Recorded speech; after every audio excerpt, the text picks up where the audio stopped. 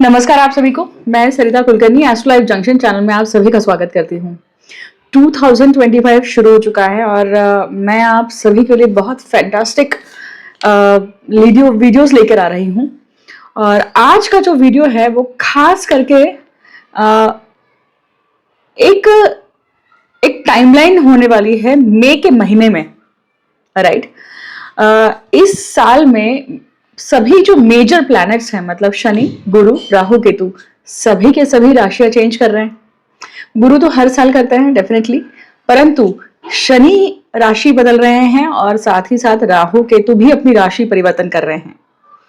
तो शनि जो राशि परिवर्तन कर रहे हैं वो है 29 मार्च को वो मीन राशि में जाने वाले हैं, राइट। 14 मई को गुरु जो हैं वो कहाँ जाने वाले हैं? मिथुन राशि में। और 18 मई से लेकर, अब ये ट्रू राहु, मीन राहु, ये आप निकाल लीजिएगा जो भी आपको सूटेबल रखता है, ओके। परंतु लगभग 18 मई को राहु केतु राशि परिवर्तन करके कुंभ राशि में आ रहे हैं। तो बीच का एक टाइम पीरियड है। मतलब इंपॉर्टेंट बात यह है कि जैसे ही 14 मई को गुरु राशि परिवर्तित करते हैं और गुरु राशि परिवर्तन करके एक 4 दिन का समय है, 4-5 कुछ एक हफ्ते का 4-5 दिन का समय है। उसमें से भी अगर पर्टिकुलरली अगर हम डेट्स की बात करें तो 15 और 16 तारीख, 15th of May and 16th of May, ये पर्टिकुलरली 2 दिन ऐसे हैं जो हम सभी के लिए किसी न किसी प्रकार से घातक होने वाले हैं। सबसे ज्यादा अगर 2025 में सावधान रहने वाली जो डेट्स हैं वो ये है। क्यों? क्योंकि शनि राहु जो योग बन रहा है 29 मार्च को, शनि जो है राहु के साथ में युति करने के लिए मीन राशि में चले जाएंगे, है ना। तो वो लगभग कब, अप्रैल और मई लगभग चलने वाली है। 18 मई तक ये युति चलने वाली है।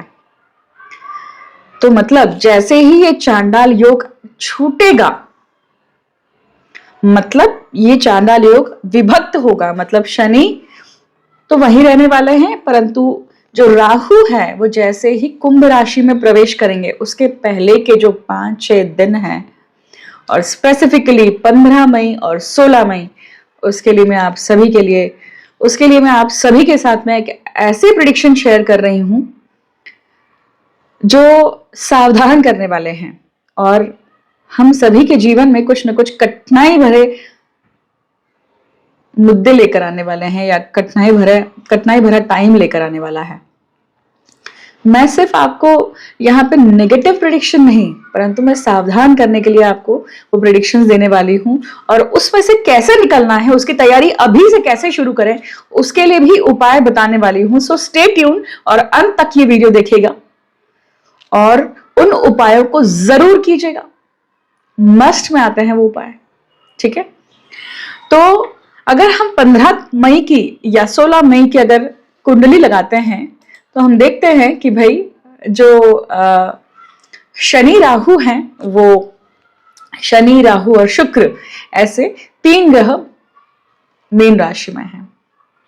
और शनि राहु से इस चांडाल योग से एग्जैक्टली चौथे में कौन पड़ते हैं? मिथुन राशि पड़ती है, जहां पे गुरु का गोचर हो रहा है।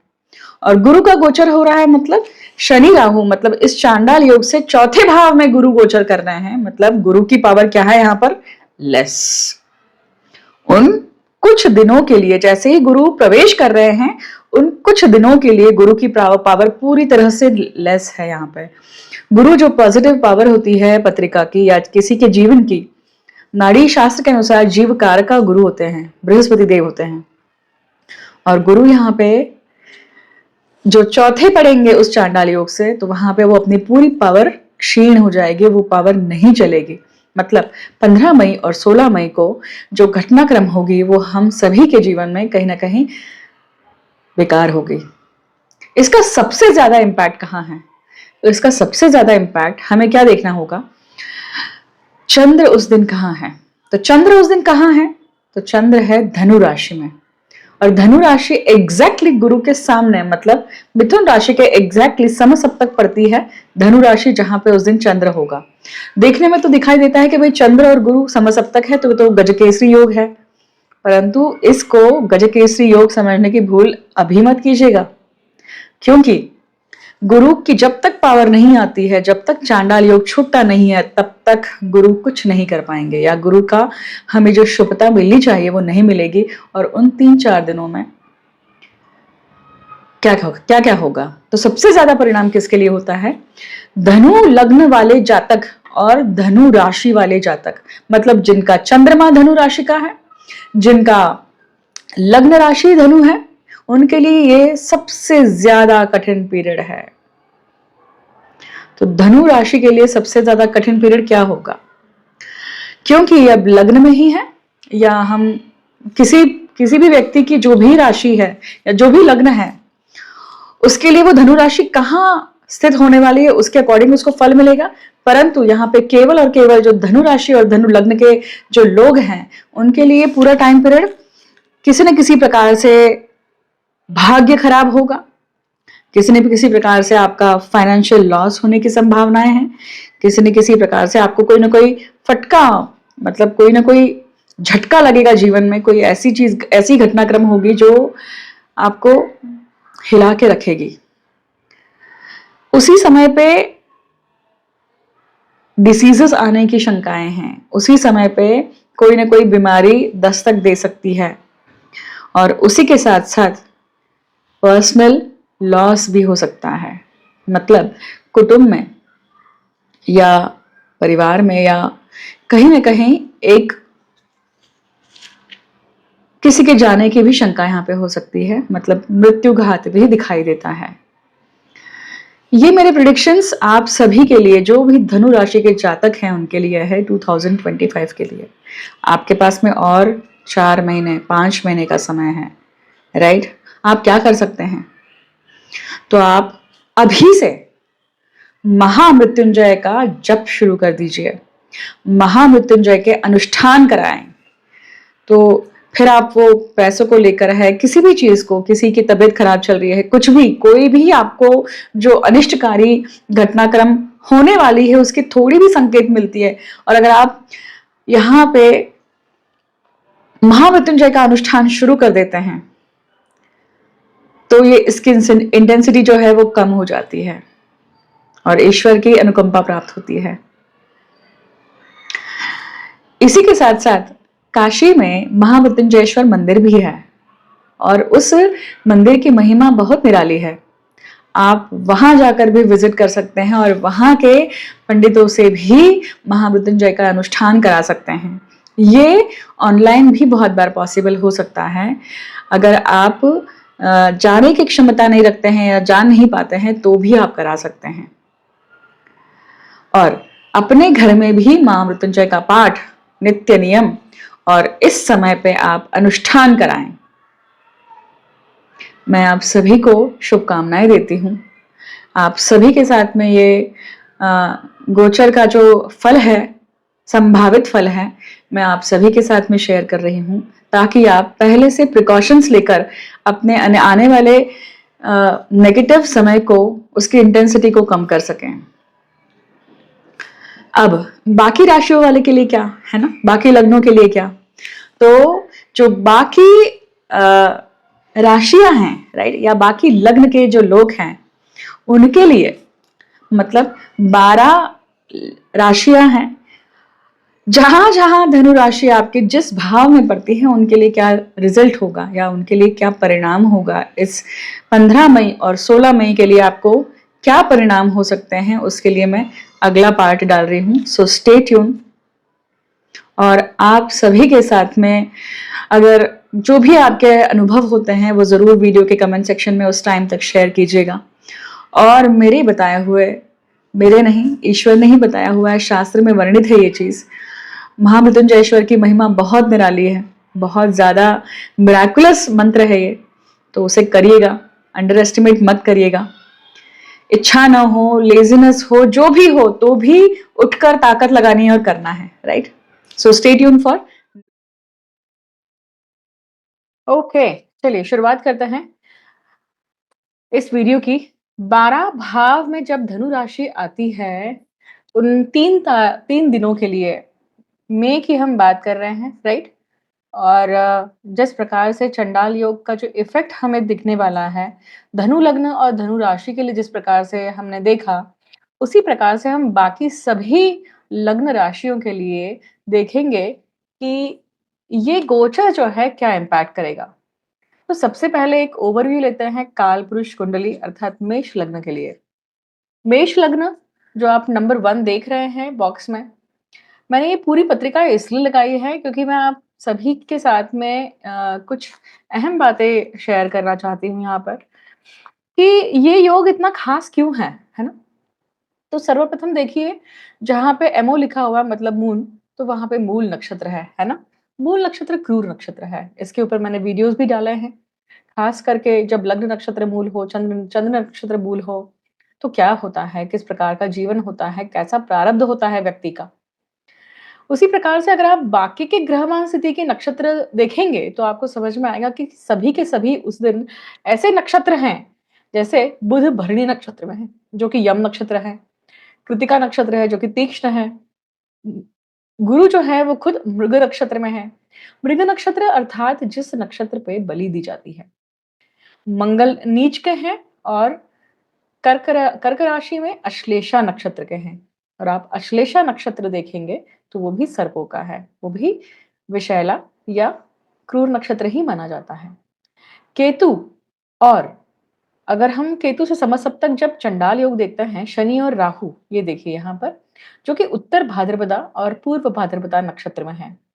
अगर आप पूर्व भाद्रपदा और उत्तर भाद्रपदा नक्षत्र के बारे में भी जानने की कोशिश करेंगे, तो आपको दिखेगा कि अहिर्बुध जो इनके देवता हैं और इस नक्षत्र की भी खासियत ये है कि ये सारे जितने वेपनरीज होती हैं, डिवाइन वेपनरीज हैं, उनको उनका जो पूरा गोडाउन है वो कहाँ और उसे रक्षा करने के लिए वो रक्षा जो सुरक्षा का केंद्र है और उस सुरक्षा के जो स्वामी हैं वो अहिर्बुध हैं। मतलब ये नक्षत्र भी, ये दोनों ही नक्षत्र तंत्र मंत्र या मारण विद्या या क्रूर चीजों के लिए जब हमें संहार करना होता है, किसी न किसी प्रकार का संहार है, तभी भी ये नक्षत्रों का उपयोग इन नक्षत्रों पे क्रिया की जाती है। नक्षत्रों को समझने के लिए आपको डेफिनेटली उनके देवताओं को समझना, उनके देवताओं के बारे में सब कुछ जानना बहुत आवश्यक है। अब शुरुआत करते हैं, देखिए। अब पंचांग भी देख लेते हैं। पंचांग देखिए आप कि नक्षत्र देखिए, मूल नक्षत्र पे जन्म है, मतलब मूल नक्षत्र का ही ये पंचांग है। सिद्ध योग है, श्वान योनि है, राक्षस गण है और कृष्ण तृतीया है, मतलब जहाँ पे अमावस्या की छठा है, राइट?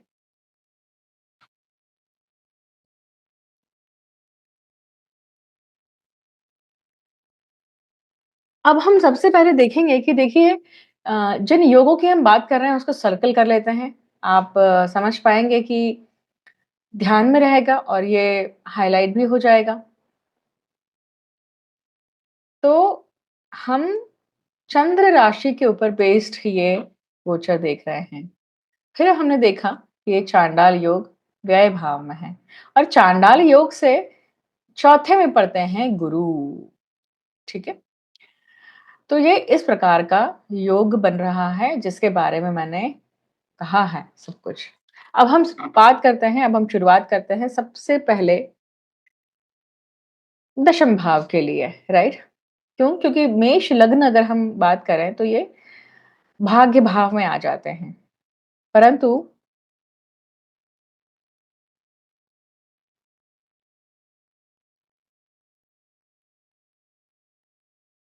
इस साल के महत्वपूर्ण तारीख जो सबसे महत्वपूर्ण 3 दिन है, 15, 16, 17 मई। और जिनका भी धनु राशि और धनु लग्न है उनके लिए मैं ऑलरेडी कह चुकी हूँ चीजें। तो ये बदला हुआ शनि जो है ये मेष राशि, मतलब मेष राशि के लिए साढ़े साथी शुरू हो जाती है और 12वें भाव में काल पुरुष के 12वें भाव में ये शनि राहु का योग है, मतलब चंडाल योग है। तो हमने कुंडली कुंडली लगा के ये पूरी ग्रहमान स्थिति जो है वो हमने देख ली है। ठीक है? अब हम आगे बढ़ते हैं और सबसे पहले बात करेंगे मेष लग्न के लिए। तो मेष राशि के भाग्य में मूल नक्षत्र है ना? चंद्रमा है और चंद्रमा मूल नक्षत्र का है। मूल नक्षत्र के बाद में ये पूर्वाषाढ़ा, उत्तराषाढ़ा मतलब मूल नक्षत्र या धनु राशि का चंद्रमा है, इसके कारण हमने ये स्थिति को देखा है और एग्ज़ैक्टली इसके सामने देखिए गुरु है। तो क्या होगा मेष राशि या मेष लग्न के जातकों के लिए? तो इनका भाग्य जो है वो क्षतिग्रस्त होने की संभावना है। मतलब इनकी किस्मत किस्मत से जो चीज़ें उनको मिलने वाली है या किस्मत के कारण कहीं न कहीं जो गत जन्म का भोग भोगना है, वो उस समय पे आके खड़ा होगा। उस समय पे कहीं न कहीं दस्तक देकर आपके भाग्य को कुंठित भी करेगा। इन 3 दिनों में किसी भी प्रकार के तीर्थ क्षेत्र या किसी भी प्रकार के धार्मिक क्षेत्र पर सड़क मार्ग से कोई भी यात्रा नहीं करनी चाहिए आप सभी लोगों को, क्योंकि दुर्घटनाओं की संभावना बनी रहेगी। तो इन 3 दिनों को कम से कम टालें आप लोग, है ना? ये शुरुआत आप कर सकते हैं 20 के बाद में। उसके बाद ये लोग इन 3 दिनों में घर खरीदना नहीं चाहिए, कोई भी वास्तु खरीदनी नहीं चाहिए क्योंकि वास्तु हमारे लिए क्या होती है?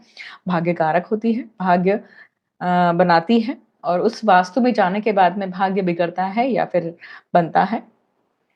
तो इसके लिए भी विशेष करके ध्यान रखना चाहिए। गर्भवती स्त्रियाँ जो हैं वो बहुत सावधानी से रहें, बहुत सावधानी से अपने काम डेली रूटीन के कार्य करें और अगर उस समय पे किसी स्त्री की डिलीवरी आती है, तो उसके लिए भी बहुत ख़ास करके ध्यान रखना ज़रूरी है, सावधानी बरतना। अब हम बात करेंगे दशम भाव में जब ये चंद्रमा मतलब दशम दशम भाव में जब धनु राशि आती है, तो कौन-सा लग्न बनता है? मीन लग्न। तो मीन लग्न के लिए देखिए, ये गोचर क्या करने वाला है? ये जो चैलेंजिंग डेज़ हैं, वो सबसे पहले आपके लिए दिक्कत क्या खड़ा खड़ा करेंगे? तो नौकरी पेशा जो करने वाले लोग हैं, उन्हें नौकरी से निकाले जाने का डर है। मतलब काम की जगह पर करियर स्पेस पे आपको कहीं न कहीं किसी न किसी प्रकार की दिक्कत आ सकती है। जो लोग काम-धंधे में हैं और अगर किसी भी प्रकार से रिश्वत लेते हैं, तो उन्हें पकड़े जाने का डर है। फिर आप देखेंगे कि जो लोग कार्यस्थल पे बुरा कार्य करते हैं या चोरी-चकारी करते हैं, ठगते हैं या ठगी जैसे काम करते हैं, वो लोग जो है ना उन एक्सपोज़ होंगे इस समय पे, नज़र में आ जाएँगे। जो लोग कपटपूर्ण या षड्यंत्र आदि करते हैं, उन्हें भी मार पड़ेगी या वे एक्सपोज़ होंगे, उन्हें फटके मिलेंगे मतलब उनका भी कुछ न कुछ ऐसा झटका या नुकसान होगा और वही कार्य क्षेत्र पर या कार्यस्थल पर भी दुर्घटना की संभावना है। तो बहुत सतर्क होकर इन इन दिनों का सामना कीजिए।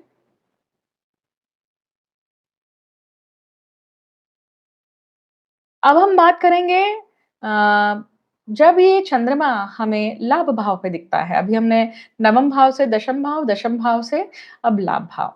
तो लाभ भाव में जब धनु राशि आती है इसका अर्थ है कि आपका कुंभ लग्न है। तो कुंभ लग्न के जातकों के लिए क्या किस प्रकार की हिदायतें इन्हें लेनी चाहिए या किस प्रकार की जागरूकता इन्हें रखनी चाहिए? तो इन 3 दिनों में अगर व्यक्ति कहीं किसी के साथ या किसी को मदद करता है या किसी भी प्रकार से मदद लेंगे या देंगे या कोई भी व्यवहार करते हैं, तो उस समय तो आपको बहुत अच्छा लगेगा कि आपने किसी की मदद करी। आपने किसी का कहीं न कहीं आप किसी के काम आए। परंतु कालांतर, कुछ काल के बाद में उस मदद का आपको परिणाम भुगतना पड़ सकता है और वो परिणाम विपरीत रहेगा।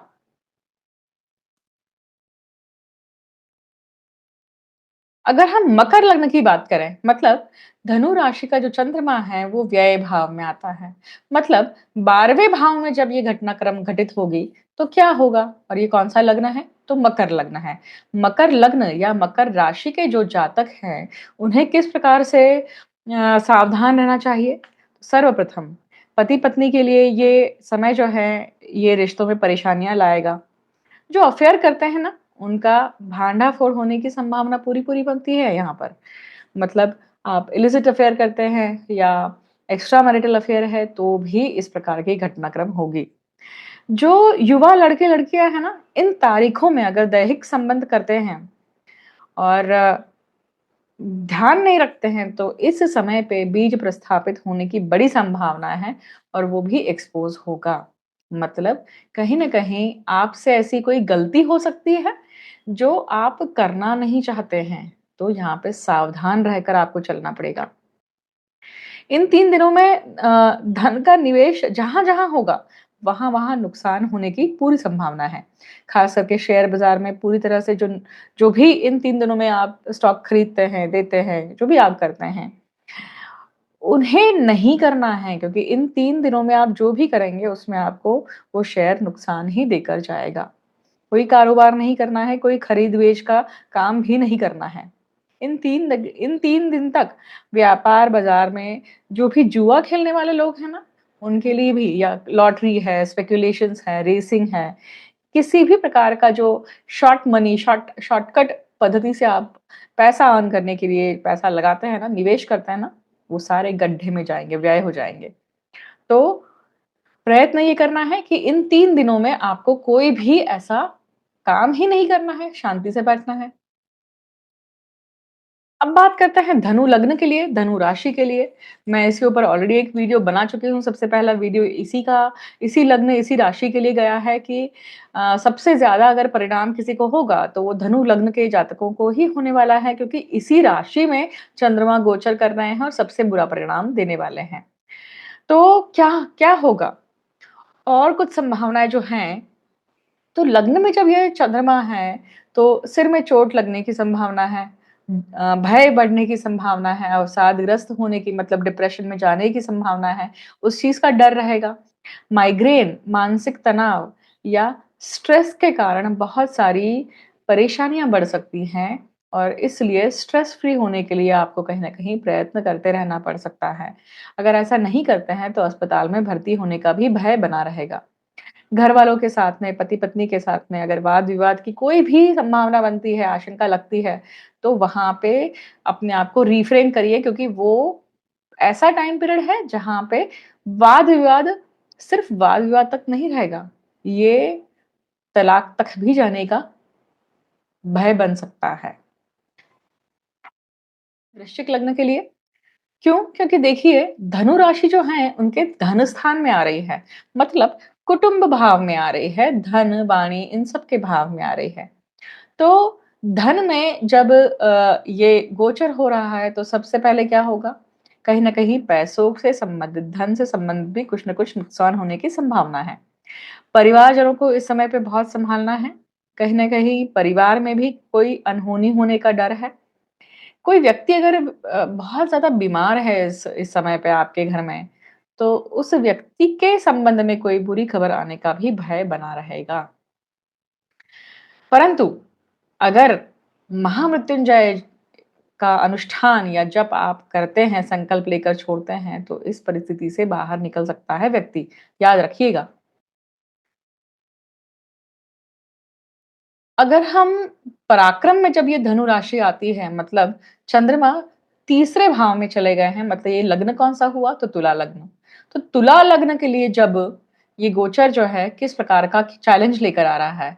तो देखिए पराक्रम है मतलब पराक्रम जब होता है, तो हमें ऐसे कोई भी पराक्रम या कारनामे नहीं करने चाहिए, जो हमें प्रॉब्लम में लाएँ।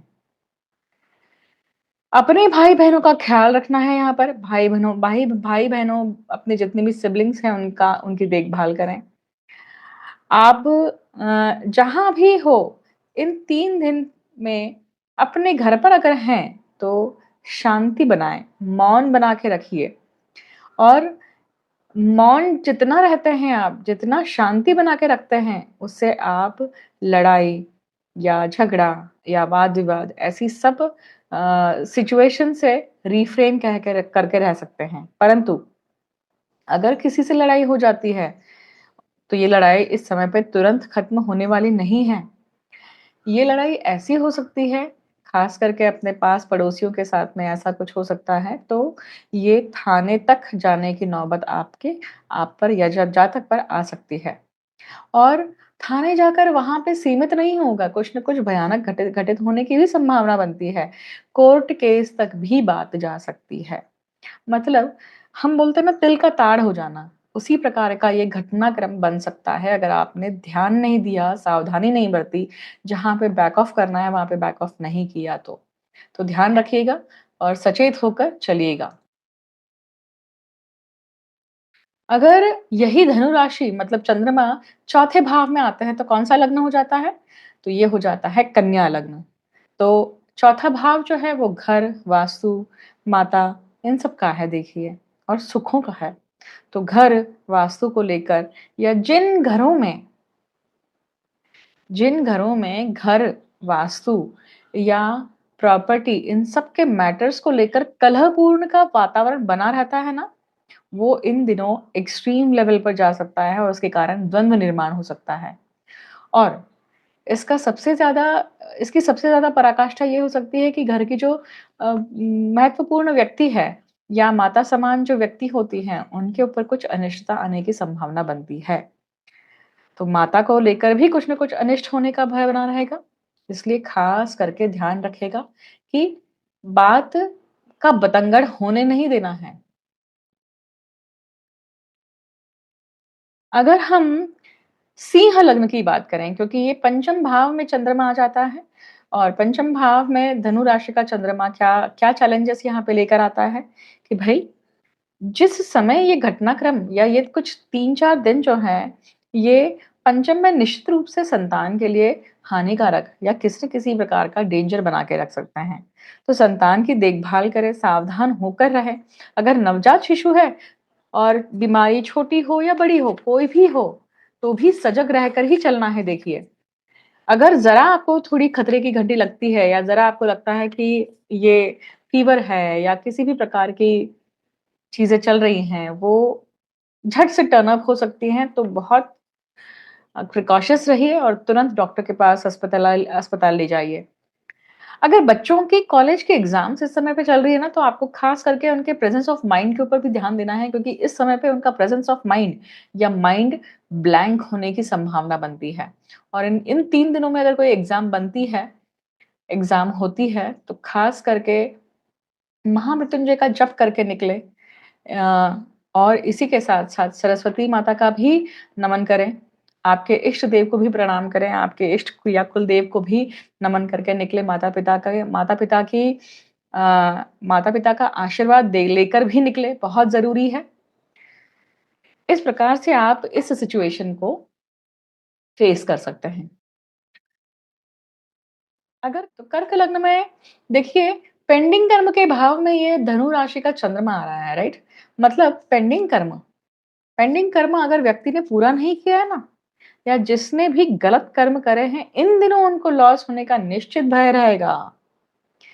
अगर आप अपने कर्म से चूके हैं, अगर आपने पेंडिंग कर्म पूर्ण नहीं करे हैं, वहाँ पे कोताही करी है, तो इन दिनों में आपको फटके लगने के चांसेस हैं।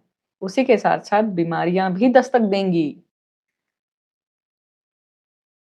तो अभी से समय है, जो भी आपके सामने पेंडिंग कर्म आ रहा है, उसे संपूर्ण रूप से पूर्ण करिए। अगर तो मिथुन लग्न में ही ये गुरु का गोचर है देखिए, लग्न भाव में गुरु हैं और अगर आप देखेंगे तो गुरु और इस शनि राहु से यहाँ पे 4-10 एक्सिस का योग बन रहा है मतलब शनि राहु से चंडाल योग से ये बराबर चौथे पड़ते हैं। मतलब इसका अर्थ क्या हुआ कि जिनके अभी 1-7 एक्सिस यहाँ पे हैम्पर हो रही है मतलब प्रथम भाव और सप्तम भाव में ये चंद्रमा है धनु राशि के, तो जिनके डिवोर्स केस चल रहे हैं ना, उस संबंध में निष्कर्ष लगने के और डिवोर्स होने के चांसेस सबसे ज़्यादा बनते हैं। और जो भी आप प्रयत्न कर रहे हैं, वो आपके विरुद्ध में जाने के संभावनाएँ ज़्यादा बनती है। पति-पत्नी के झगड़े भी आपस में काफ़ी बढ़ेंगे। अगर कोई कंपनी है, कोई बिज़नेस है, कोई आपकी पार्टनरशिप है या आपके जो बिज़नेस पार्टनर्स हैं, उनके साथ में भी आपका मनमुटाव बनने की पूरी-पूरी संभावना है और वो भी बड़ी संख्या में वाद-विवाद होगा। और वो इस लेवल तक भी जा सकता है कि कंपनी की भागीदारी टूट जाए। इसका भी डर बना रहेगा, इसका भी भय बना रहेगा। अब हम बात करेंगे वृषभ लग्न के लिए। वृषभ लग्न के लिए देखिए ये गुरु जो है ये बराबर दूसरे भाव में है और उसके सामने धनु राशि का चंद्रमा है। मतलब अष्टम भाव में चंद्रमा है और अष्टम भाव गूढ़ विद्या, तंत्र मंत्र यंत्र, इन गूढ़ या गुप्त बुद्धि का भी होता है देखिए। तो अष्टम भाव में ये क्या दिखाता है? सबसे बड़ा चैलेंज ये दिखाता है कि जो लोग तांत्रिक क्रियाओं को लेकर, करनी को लेकर, बाधाओं को लेकर प्रोन होते हैं और इस समय की हुई जो भी तंत्र विधि होती है जातक पर, वो पूरी तरह से खरी उतरती है, उसपे संपूर्णता प्राप्त होती है और अगर घात है, तो वो घात घटित हो जाता है। क्या कर सकते हैं आप? तो आप कर सकते हैं महामृत्युंजय का अनुष्ठान करिए इस समय पे। अगर ऐसी कोई आशंका आपको नज़र आती है अपने जीवन में, तो महामृत्युंजय मंत्र ही आपको तार सकता है। अब हमने समझ लिया कि ये जो पूरा गोचर है, ये ऐसा क्यों है? ये ऐसा इसलिए है ये ऐसा इसलिए है क्योंकि चंद्रमा धनु राशि में है और मूल नक्षत्र में है और धनु राशि का स्वामी गुरु है जो कि मिथुन मिथुन से समसप्तक है ना? गुरु की जो दूसरी राशि है वो क्या है? मीन राशि है और उसी मीन राशि में शनि राहु की युति है जो कि चंडाल योग बना रही है। और उस चंडाल योग की चतुर्थ दृष्टि मिथुन राशि पे जहाँ पे गुरु स्थित है ना, वहां पे पड़ रही है जो कि गुरु की पूरी शक्ति को क्षीण कर देता है। गुरु के बल को शून्य कर देता है। गुरु का बल पूर्णतः यहाँ पे नष्ट हो जाता है। इसलिए जिन लोगों का ये धनु लग्न या धनु राशि है, उन्हें तो बड़ी मात्रा में महामृत्युंजय मंत्र करना ही चाहिए, जप करना ही चाहिए, पर उसी के साथ-साथ इन सभी 12 लग्न राशियों के लिए या 12 राशियों के लिए प्रत्येक व्यक्ति के लिए एकमात्र रक्षक का काम करने वाले हैं महामृत्युंजयेश्वर महादेव। सो महामृत्युंजय मंत्र का अनुष्ठान रोज एक माला भी जब आप करते हैं, रोज एक माला जब भी आप जप लेते हैं आप, तो भी आपको इन सब चीज़ों की इंटेंसिटी बहुत कम हो जाएगी। मैं आप सभी को शुभकामनाएँ देती हूँ कि ईश्वर हम सभी को इस ऐसे जटिल समय को फेस करने के लिए ताकत दे, स्ट्रेंथ दे। हर हर महादेव।